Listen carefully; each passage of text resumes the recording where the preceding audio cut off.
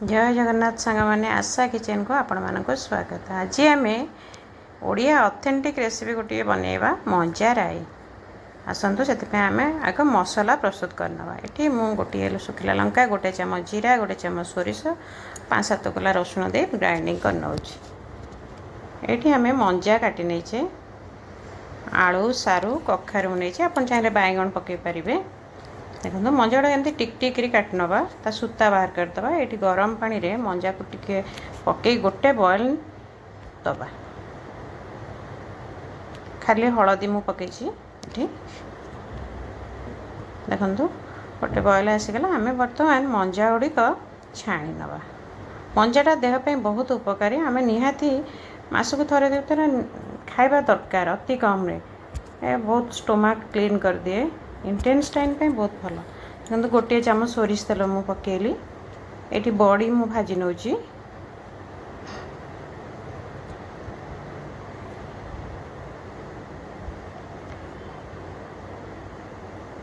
बड़ीटा सब बेले आम तेल पूरा हिट हेले पकेयानी, टिके गरम हो गले तेल पकईदे बड़ीर बास्नाटा भल आसे।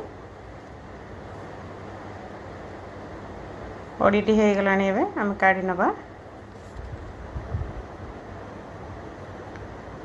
ये आम फुटण दबा।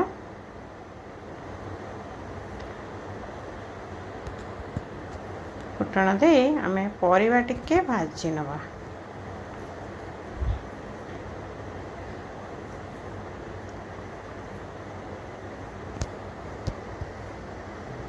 आम सारू गुड़ाक न भाजिले टिके लाड़ुआ रहिबो, से वर्षा दिन सारू टिके लाड़ लगे। आम सारू आलू कखारू ताको टिके भाजी नवा।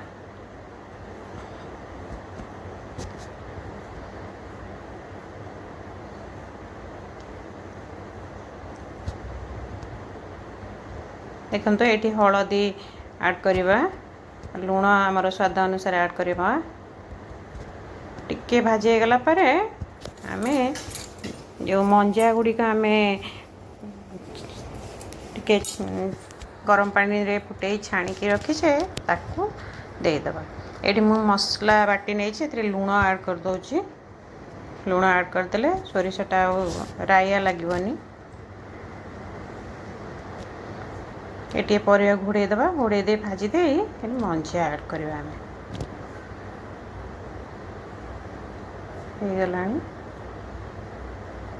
आम बेसी सीझेना कहीं बेसरटा भी सीझब।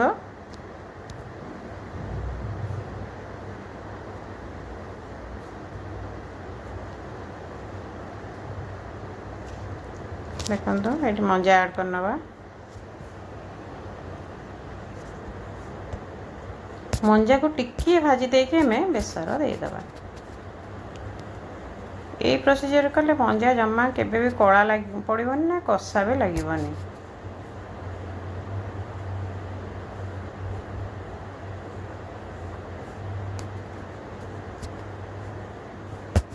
देखो आम ए बेसर ऐड कर नवा, टिके घोड़े दबा। पानीटा मरीगला आम बेसर ऐड करनवा। हो गला देखो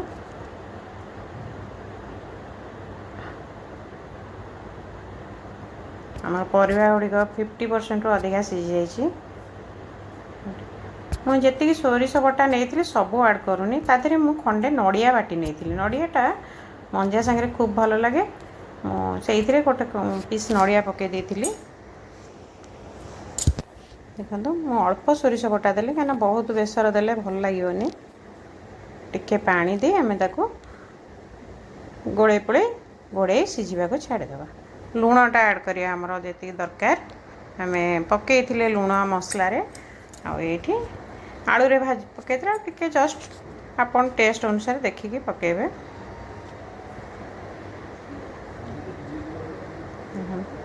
बर्तमान आम ताको ढांकुणी देकरी किछि समय सीझा को छाड़िबा।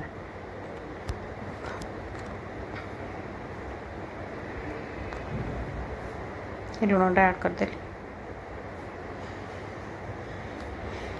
5-7 मिनट सीझा को छाड़देवा स्लो आंच रे। मझे टे गोड़े पड़े चेक कर न गोड़े भल लगे गोटे फाड़िकी आई सीझ। ଦେଖନ୍ତୁ ବର୍ତ୍ତମାନ ଆମର ଦେଖନ୍ତୁ କେଉଁ ଆସିଗଲାଣି 75-80% ହେଇଗଲାଣି।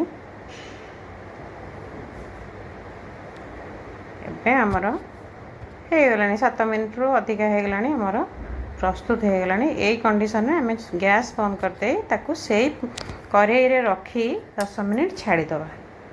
ଦେଖନ୍ତୁ ପ୍ରସ୍ତୁତ ହେଇଗଲା ଆମର ମଞ୍ଜା ରାଇ।